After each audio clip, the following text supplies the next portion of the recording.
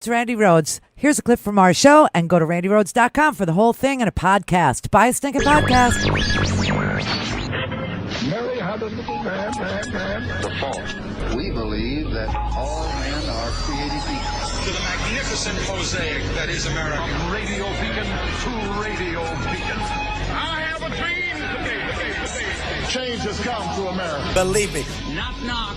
Who's there? It's a figment of your imagination. Randi Rhodes Show. Turn up your mind.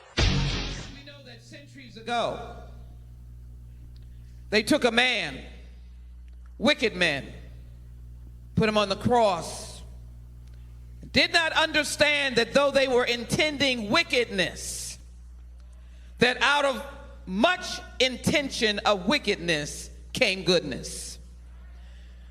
Your loved one, George Floyd, this secular world failed in its duty to intervene, failed in its duty to act, and failed in its duty to aid. But George Floyd answered the question in death when it was asked in Isaiah, Lord, who should I send? Oh God, have mercy on us. There was a tall man by the name of Big Floyd who stood up and said, Lord, send me. And so as we come today, people of statute, those who humble themselves before God, we come to pay tribute to a man who said, send me. And I want to acknowledge those young marchers in the streets. Many of them could not be in this place. They are black and brown, they are Asian, they are white. They are protesting and marching, and I'm saying, as a mama, I hear your cry. That is what George Floyd wanted us to know. And I guess he wanted us to know, family, about CUNY Homes and Jack Yates. Somebody might have said, what good comes out of Nazareth? And somebody else might have said, what good comes out of Third Ward? I am so grateful today to be able to say a man by the name of Big Floyd walked amongst us down those CUNY Home blocks, went on up to that crimson and red, and began to mentor and make a legacy that no one can deny. Oh! She was on fire. That's Sheila Jackson Lee, for those of you who don't recognize her. She's the congresswoman from Houston. I've known her a really, really, really long time, and she was present at the funeral that's still going on. This is the family's funeral. This is the private funeral for the family, and it's being aired nationally on television, and I'm keeping an eye on it because I'm waiting for the eulogy, which will be given by the Reverend Al Sharpton, and it should actually be a eulogy about George Floyd, about his life, about his family, about his scholarships that he got to play sports, about his friendships, about the fact that this family could be any family, except that this family had a large black man in it that was threatening to police officers, that this all happened over a $20 bill. All of this over a $20 bill, okay? So I'm waiting for that to happen. But I have to say, this funeral is so sad and celebratory at the same time, that if you're watching this and you don't feel anything, I would say you're pretty dead inside. I get the numbness that comes when you lose a loved one. I get what that is, but this family doesn't even, they have, I call it God's anesthesia, by the way. When tragedy strikes your family and you lose somebody who isn't supposed to be lost, they've gone too early, or it's not the correct order of things, meaning a mother loses a child, or a father loses a child.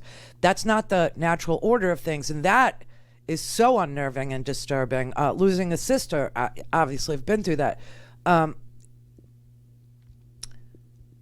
But there's this numbness that comes over you.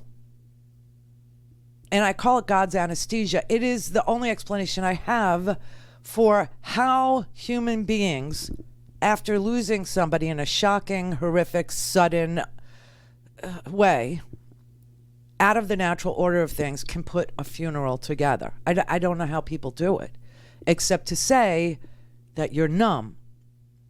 And yet this family had to give up the numb feeling right away, like within hours of the videotape.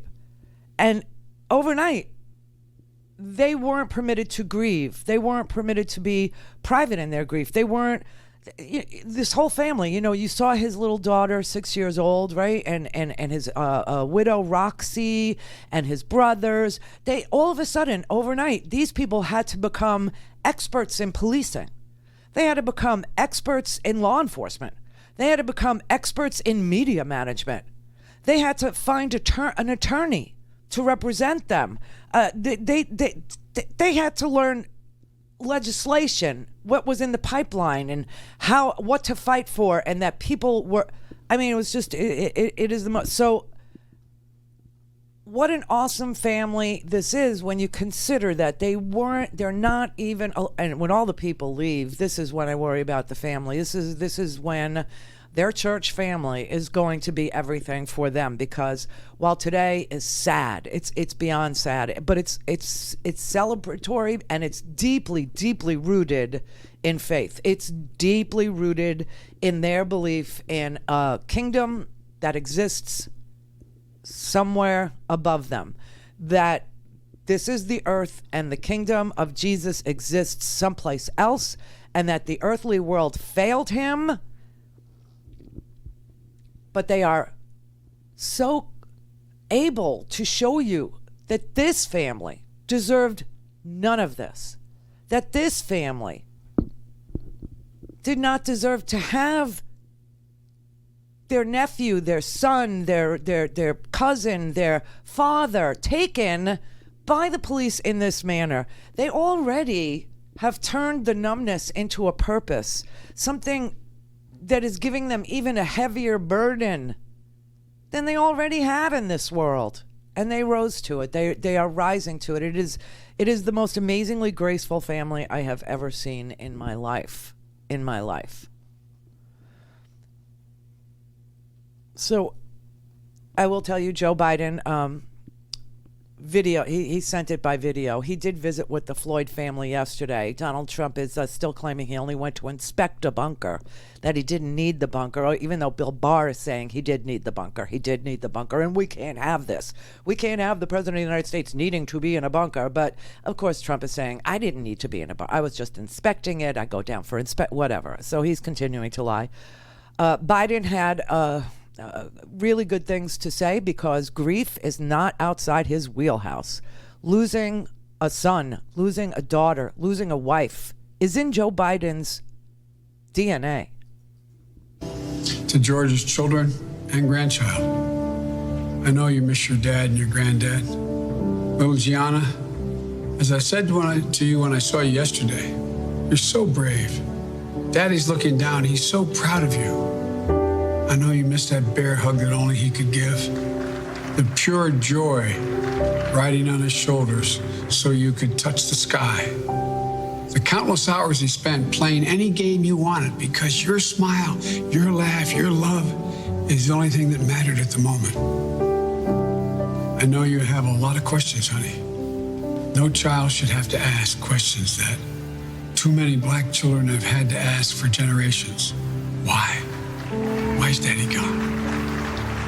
And looking through your eyes, we should also be asking ourselves why the answer is so often too cruel and painful. Why in this nation do too many black Americans wake up knowing that they could lose their life in the course of just living their life? Why does justice not roll like a river, or righteousness like a mighty stream? Why? Go to Randi RandiRhodes.com for the whole thing and a podcast. Buy a stinking podcast.